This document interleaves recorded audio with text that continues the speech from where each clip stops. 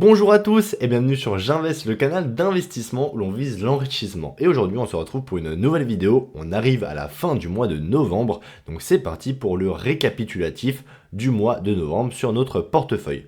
Alors c'est un mois qui a été plutôt riche en nouvelles et même dans le portefeuille parce que j'ai acheté 2 nouvelles actions, un ETF et une nouvelle action.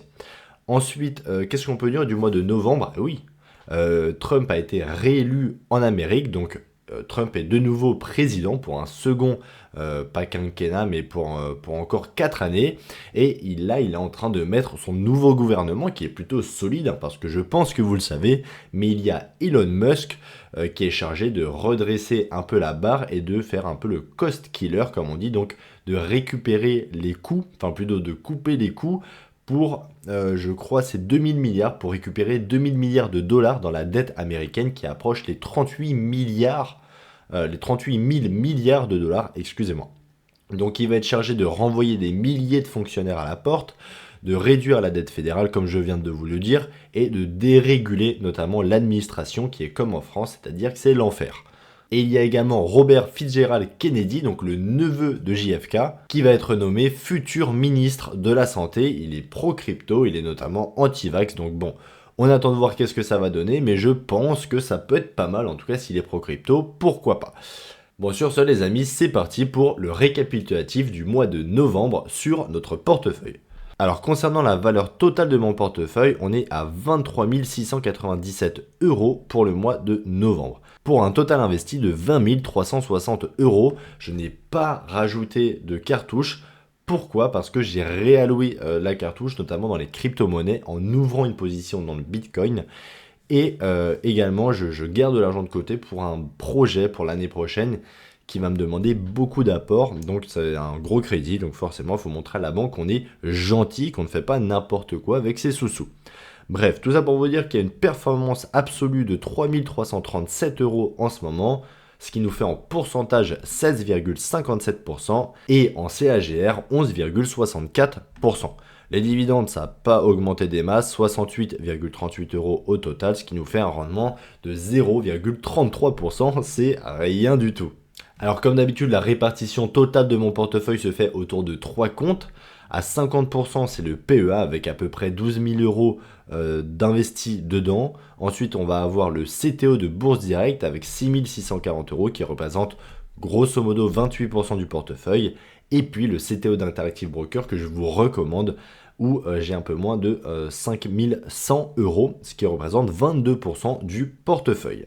Alors pour aller un peu plus loin dans le type de répartition, donc j'ai 58% en actions, j'ai 37% en ETF et j'ai 5% en espèces. Je garde, vous le savez, toujours un peu d'espèces, c'est mon dada.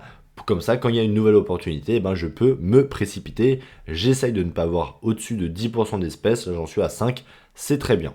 Alors pour aller un peu plus loin dans le détail des comptes, donc le CTO de Bourse Direct, c'est celui qui offre le plus de performance absolue, hein, avec quasiment 1300 €, et en pourcentage donc 23,91%. Ensuite c'est le PEA qui va suivre, avec 1507 €, ce qui nous fait une performance de 14,43%. Et c'est le CTO de Bourse Direct qui clôture la danse avec 548 € de performance absolue, ce qui représente un peu plus de 12%. Alors maintenant, pour aller un peu plus dans le détail par position, donc j'ai 2 nouvelles positions comme je vous le disais juste avant dans l'introduction. J'ai un nouvel ETF et j'ai une nouvelle action qu'on va présenter tout de suite.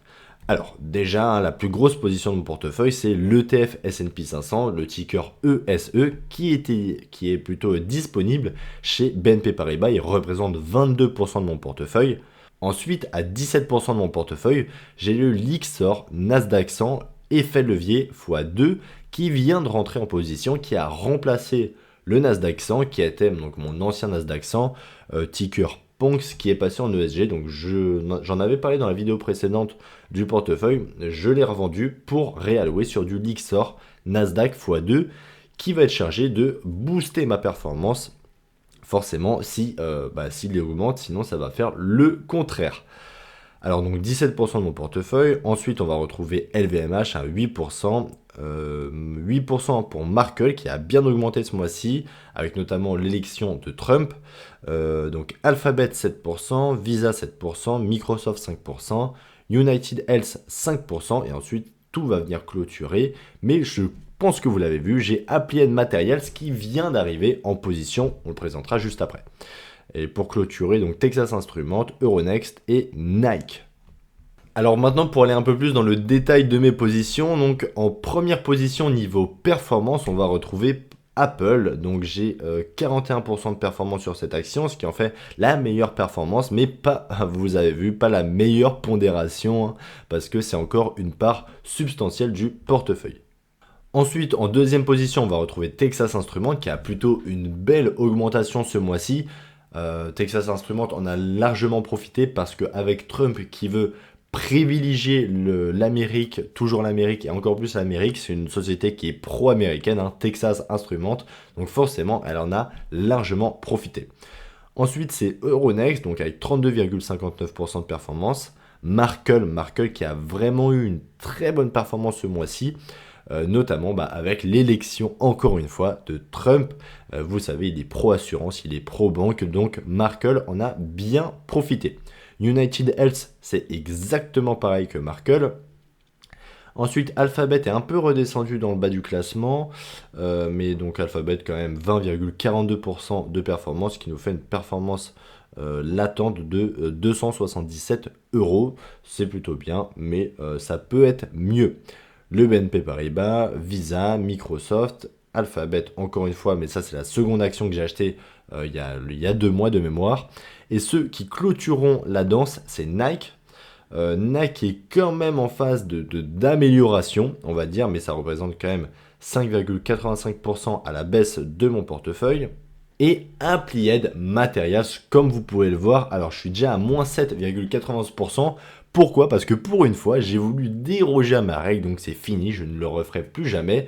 Ma règle était tout simplement de dire, voilà, j'attends les résultats du trimestre et j'achète après les résultats.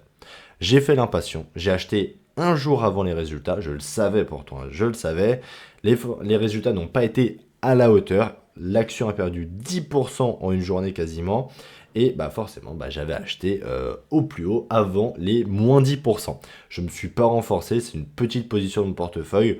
Je vais continuer de la prendre, je ne la connais pas encore parfaitement. Mais voilà, vous le savez, moi j'ai besoin d'ouvrir une position pour un peu me pousser à prendre une action. Sinon, en fait, ça ne me motive pas, donc j'en ai rien à faire. Donc Applied Materials, la nouvelle position en portefeuille, elle est quand même assez bien notée, hein, 17 sur 20, mais j'en ferai une analyse d'action bien approfondie comme ça, pour que vous compreniez bien Applied Materials et pour que moi, je la prenne aussi dans les règles de l'art. Et ensuite, la dernière action qui vient compléter la performance du portefeuille, mais plutôt à la baisse, hein, cette fois c'est LVMH, hein, comme d'habitude on est à moins 12,25%, c'est moins pire entre guillemets que le mois dernier, hein, mais voilà, je pense que c'est une société que je vais garder pendant pas mal de temps négatif, mais bon, c'est pas grave, pour moi c'est vraiment une entreprise de qualité, je l'ai acheté cher, pas non plus un prix délirant, mais bon, elle est quand même en phase de baisse, comme tous ses confrères. Juste pour rebondir sur Applied Materials, pour ceux vraiment qui la connaissent pas, donc elle fait partie de la famille des Wafer Fab Equipment. C'est en anglais, c'est toujours compliqué. Et Applied Materials va en fait s'occuper principalement de la fabrication d'équipements destinés à l'industrie des semi-conducteurs. C'est vraiment une étape qui va être essentielle, mais je vous expliquerai bien tout ça dans une vidéo précise. Parce que la production de semi-conducteurs ne peut pas se faire sans, pas l'aval, mais sans l'aide d'Applied Materials.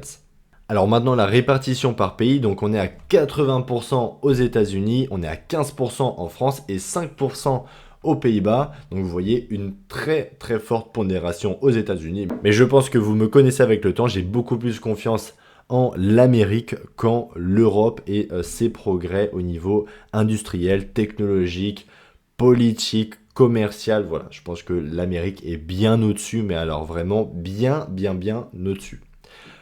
Question répartition par secteur maintenant, donc on est toujours assez bien diversifié entre la finance à 32%, 30% également pour la technologie, 21% pour la conso discrétionnaire, merci Nike et LVMH, 10% pour la santé avec notamment United Health et 8% dans tout ce qui est communication. Et nous nous retrouvons dans l'onglet performance de l'application, donc une performance calculée en TWR, ça ne change pas, mais ce qui a changé, c'est que maintenant vous pouvez désormais choisir vos benchmarks, donc le fameux indice de référence. Vous aurez le choix entre le S&P 500, le Nasdaq 100, le MSCI World, le CAC 40 et l'Eurostoxx 600. Donc moi je garde le S&P 500 hein, forcément, mais j'ai déjà fait mes tests par rapport aux autres benchmarks. Je mets toujours au 1er septembre 2023 parce que c'est réellement à partir de ce moment-là où tout a commencé. Et c'est parti pour la performance, donc la performance totale hein, de mon portefeuille au global face au S&P 500. Et vous voyez qu'on est quand même encore en dessous. Alors c'est vrai qu'avant je le sous-performais quand même beaucoup plus, je pense que vous pouvez voir ça dans les mois précédents. Mais là je commence à rattraper petit à petit la pente, à combler l'écart. Je pense que l'ETF Nasdaq 100 vraiment avec effet levier x2, je l'ai acheté pour ça, hein, c'est vraiment pour combler cet écart-là. Je pense que c'est faisable et on va le voir au fur et à mesure du temps, j'en suis persuadé. D'ailleurs, je vous invite vraiment à aller consulter ma vidéo si ce n'est pas déjà fait. Je vous explique les risques, mais je vous explique aussi ma méthodologie et pourquoi je l'ai acheté et pourquoi, en tout cas, acheter ou en tout cas avoir du Nasdaq en portefeuille, c'est vraiment je dirais fondamental. C'est comme avoir du S&P 500. Le Nasdaq, c'est je pense que ça doit être l'indice le plus puissant qui existe en bourse. Donc vous voyez, hein, je sous-performe l'indice de à peu près 10 points sur la période donnée. Alors cette fois, si on se met sur le CTO d'Interactive Broker, donc la performance encore une fois face au S&P 500, on voit qu'on est quand même régulièrement au-dessus et on voit quand même qu'on est assez corrélé en fait au marché parce que des fois on est au-dessus, des fois on est en dessous. Voilà, donc c'est quand même une performance qui est bien meilleure que celle de mon portefeuille global. En fait, tout simplement, c'est parce que j'ai fait absolument n'importe quoi dans le PEA quand j'ai commencé à investir. Et une fois que j'ai vraiment commencé à apprendre, à m'intéresser, à prendre mon temps d'analyser avant d'acheter comme un demeuré, et ben forcément la performance est au rendez-vous. Donc c'est possible de faire mieux, avec pourtant même des belles hausses, hein, avec quasiment 7 points d'écart entre les deux indices. Voilà, c'est possible, faut juste prendre du temps. Et cette fois-ci, si on se met sur le CTO de Bourse Direct, donc on voit qu'on sous-performe. Non, c'est assez aléatoire en fait, mais on est quand même assez bien corrélé au S&P 500 parce que là, vous voyez, le S&P 500 est au-dessus. Là, on va être au-dessus pendant toute une phase de belle hausse. Ensuite, le S&P 500 va retourner au-dessus jusqu'à... Ah non, il va... Ouais, par contre, là, il y a quand même une belle augmentation. Hein, forcément, le 4 novembre, c'était le jour de l'élection de Trump. Et il y a quand même une explosion, on le voit, à la hausse suite à son élection. Et si on fait le point sur les dividendes, donc vous voyez que c'est toujours pas ma stratégie. Hein. Bon, le plus gros donateur, c'est LVMH. Après, ça va être Euronext qui va suivre et United Health. Mais bon, on vise pas du tout les dividendes. Je pense que ça doit se voir. Hein. En 2024, on a récupéré 51,42 €, ce qui n'en fait pas non plus quelque chose d'exceptionnel.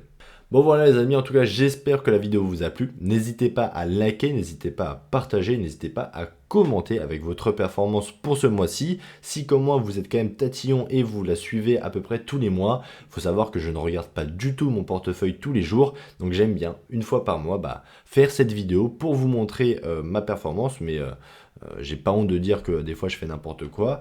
Voilà. Mais en tout cas, n'hésitez pas à me mettre votre performance en commentaire. Moi, ça m'intéresse. Je suis curieux de savoir. Et aussi, quelle action vous avez acheté en novembre, si c'est le cas. Voilà. Sur ce, très bonne semaine à vous et à très bientôt pour une nouvelle vidéo. Ciao!